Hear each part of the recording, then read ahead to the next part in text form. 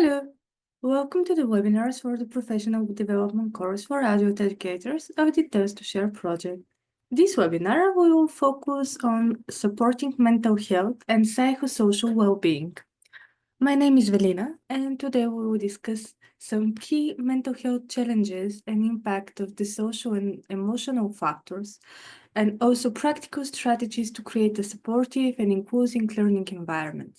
As we work with elderly learners, particularly those from vulnerable and migrant backgrounds, understanding their psychological needs becomes essential.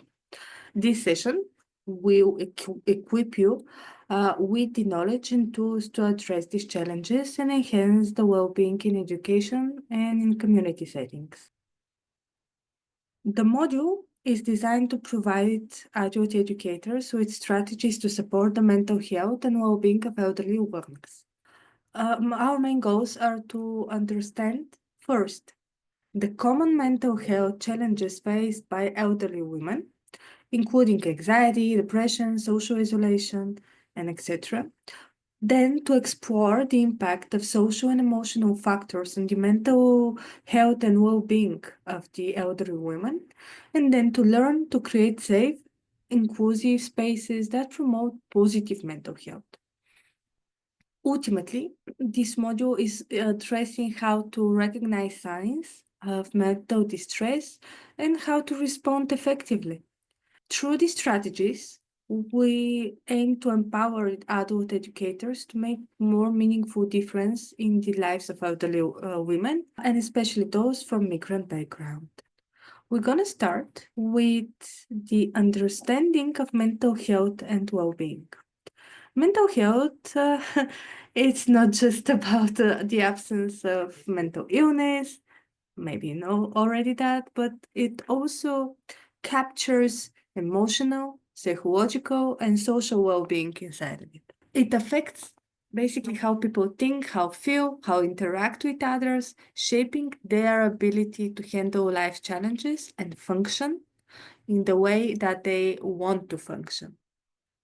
For elderly individuals, maintaining mental health is particularly important as they navigate transitions such as retirement, which is one of the biggest challenges in terms of transitions in late adulthood. They often experience loss of loved ones, and often the physical health changes accompany their lives, so they must adapt and build resilience, which also requires a lot of mental resources. Social and emotional support in these transitions, in these ultimate challenges, play a critical role, ensuring their overall quality of life. And if we have good quality of life, we have also a longer lifespan and longer lives. But let's start again with the basics. What is mental health? Mental health includes some key components. First, it's the emotional well-being. This means the ability to manage our emotions, like something known as emotional intelligence as well. And also not only managing our emotions, but cope with stress in effective manner. Then we have psychological well-being. This means we have sense of purpose, we have fulfillment, we have enough capacity to be resilient in front of challenges. We have also the social component and social well-being. This means to have meaningful connections and active and fulfilling participation in the community. As adult educators, we can play a significant role in strengthening these aspects by fostering inclusive, supportive environments where elderly women can feel valued and connected.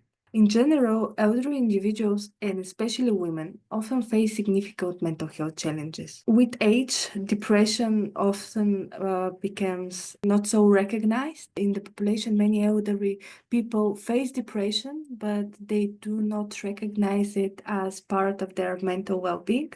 However, they think that it's a natural or consequential normative part of life, which is not. I mean, depression, it's not normative.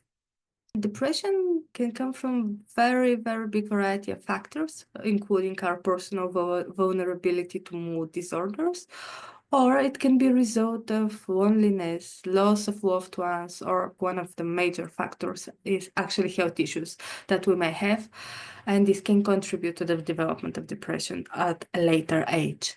Then we have anxiety. All the anxiety disorders can be part of our late adulthood, often caused by external stressors, but also internal vulnerability. And the external stressors here include the uncertainty, the financial stress, or just simple fear of the future.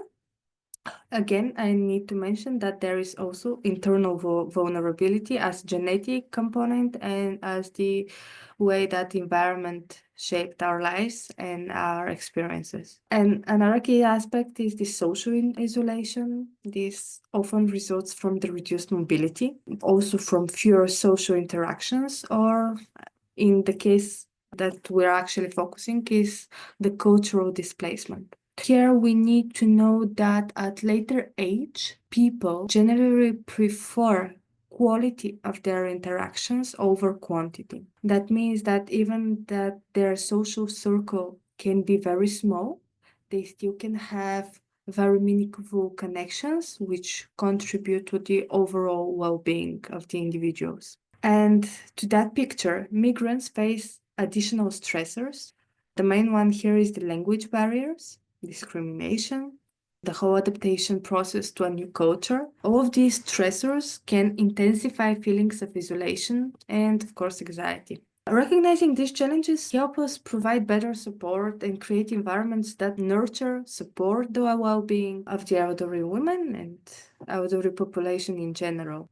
Yeah, briefly go to some risk and protective factors here. Mental health can be also influenced by risk factors and protective factors. Risk factors, as I mentioned, are the social isolation, loneliness, chronic health conditions, and limited access to healthcare and support system. Very essential is to have a support system. And additionally, for migrant women and for migrant elderly population, we have the discrimination and the cultural barriers. So this influences and it's a risk factor for their mental well-being. And then we have the protective factors that are positively contributing to their mental well-being. One of which is the supportive community programs. This project aims to create such opportunities for social engagement, again, storytelling. The need for self-expression is quite strong at the later age. Access to mental health and social services is also a very big protective factor. So by fostering those factors, by strengthening those factors, we can also strengthen the mental resilience and well-being among the elderly learners. They can be encouraged to participate in the communities, to express themselves, to form meaningful connections, which it might be hard given the language barriers and cultural barriers, but still it's very essential, very key and crucial point of building up more holistic strategy for well-being and empowerment. So, why mental health matters in community education? Adult education has tremendous role in promoting well-being. The educators actually can create safe spaces where elderly women feel heard, feel the respect, feel valued. The educators also can encourage the self-expression through storytelling, through creative workshops, through group discussions. And as I mentioned in other webinars, it's easier to start with group discussion, to spark a conversation, to spark an interaction, and then to move to more personal ways of expression, such as storytelling, and such as showcasing our creativity and our own personal narrative that influenced our experience in life. Then the educators actually can facilitate the community involvement so they can reduce the social isolation. If we don't have some form of structured interaction with some kind of purpose, it's very hard to trigger, to inspire, or to attract and basically lure elderly people to be part of something bigger, as they face many barriers inner and external, like here we speak for diverse set of barriers, to go enjoy with that or hear some community events or some community programs and etc. So for migrant elderly women, one of the things is when we celebrate cultural heritage while building bridges to new communities, it's very, very vital. Basically, while we acknowledge the culture that they bring with them, we also need to open new roads to connect that culture with their current life, with their current reality, with the culture that they're placed now in. We can also help them integrate in this way while maintaining their identity and their own traditions, which are part of their own self-concept and their own self-understanding. They are integral part of that. Now we're gonna focus more on some strategies, how we can actually do that as educators and how actively we can support mental health in our learning environments. What we're going to focus on is creating a supportive environment, encouraging social connections, implementing practical activities for well-being, and again, key component is recognizing and responding to signs of distress. We hope this strategy help you build more emotionally resilient and inclusive learning spaces for elderly women.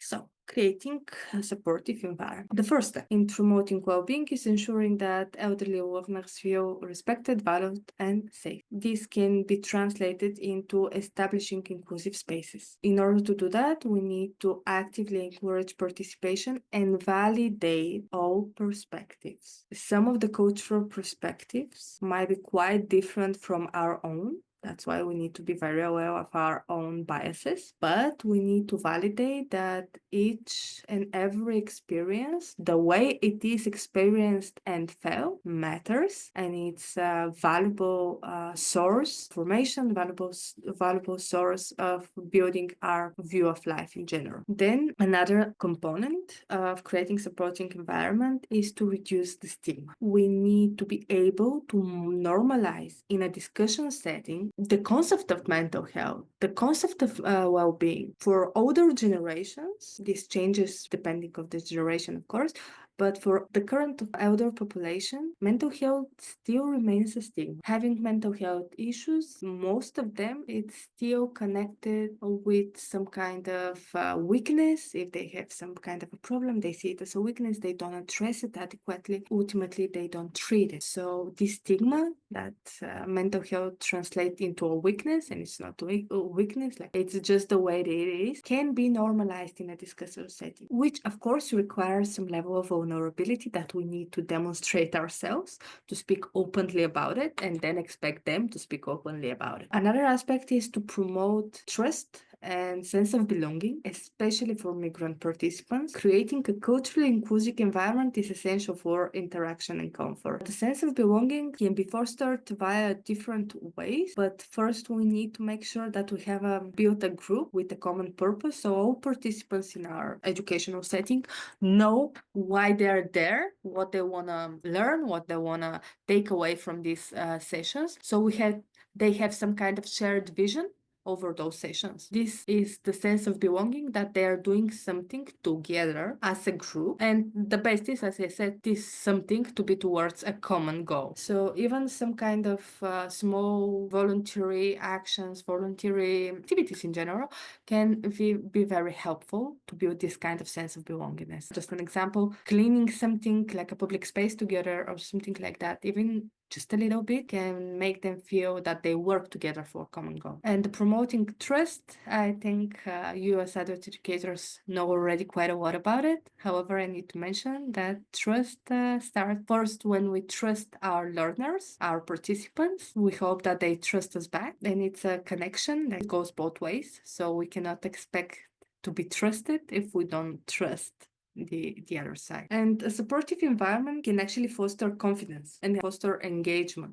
This can help elderly women build social connections and ultimately can lead to resilience. Loneliness is one of the biggest threats to elderly mental health, as I mentioned, and thus educators can encourage social bonds, again, first by organizing group activities. Of course, I prefer some type of voluntary charity work. Personally, I prefer that. However, What also works is having book clubs, storytelling sessions on given topics, or creative workshops, somewhere where they can learn and also where they can express themselves, because it's not like high school students. They need to feel that their participation gives something to the others as well, not that they just take from the learning sessions or the community activity. Another thing is to encourage intergenerational exchange. This means to bringing different age groups together and help them, support them, learn from each other. And we can also, again, foster a sense of community. Again, local initiatives,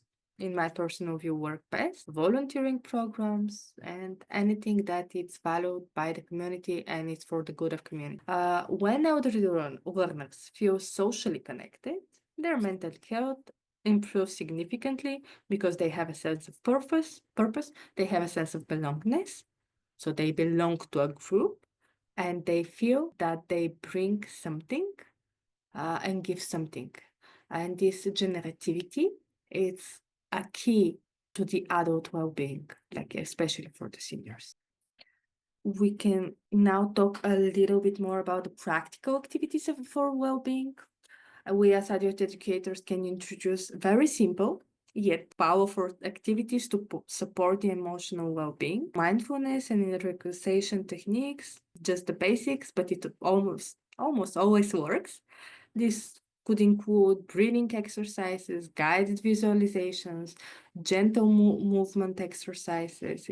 It's always good to lay the ground with such techniques, and I'm a big fan of those. Then another thing that we can do is to have gratitude practices.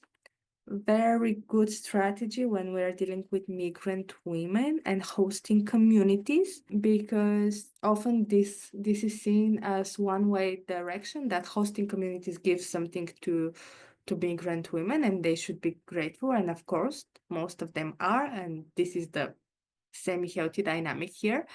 However, we also need to make this bi-directional, meaning the hosting communities being grateful for having migrant women and to reflect for what they're grateful, because there are many things migrant women bring in the communities that are very, very valuable. And we need to practice this gratitude to recognize the migrant population actually contributes to the hosting population. And this can happen when we ask them to reflect on positive experiences and to share moments of joy.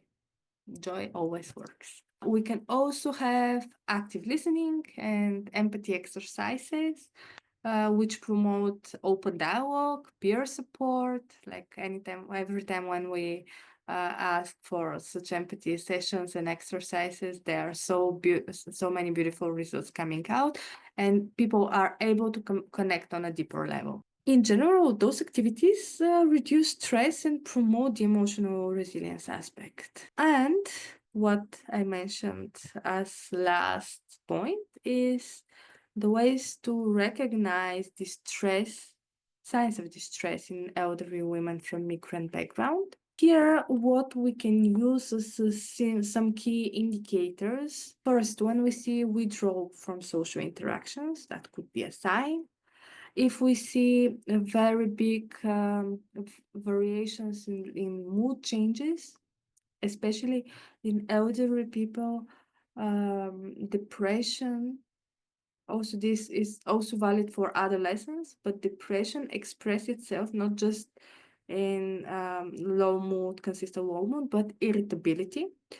However, this could be also sign of some of the neurodegenerative disorders.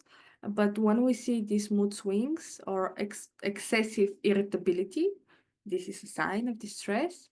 In general, the loss of interest that they previously enjoyed is also a sign. And for migrant participants, they also might express distress differently due to cultural differences and the way that they are used to expressing their emotions.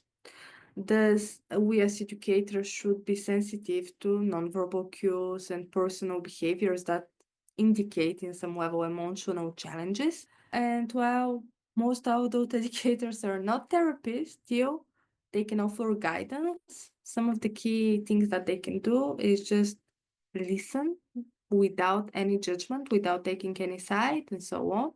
Just validate the emotions of the person who is sharing. Adult educators also can encourage open discussions about well-being in a safe space, so they can provide more mental health education, so they can trigger some interest for the participants and they can explore more or seek professional help. Like any type of mental health resources to be shared during those sessions, it could be helpful, including helplines and community centers. Then basically having such network of referral options ensure that those in need can receive professional help when necessary. So our role is more to guide them and to show them that there are options for them to feel better and to receive support. Sometimes it would be better not to speak about help, but as support. Again, we need to be very sensitive about the language we use here. So we don't contribute to the stigmas that are often associated with mental health. And simply to summarize, supporting mental health and psychological well-being in elderly women demands a holistic approach by fostering inclusive environments, promoting social connections, integrating well-being activities, and recognizing distress signals. We can create lasting impact, help them have good quality of life, and actually add years to their lives. Thank you for listening. You can find all webinars on the online platform of Tales to Share project, and our team really hopes you enjoy them.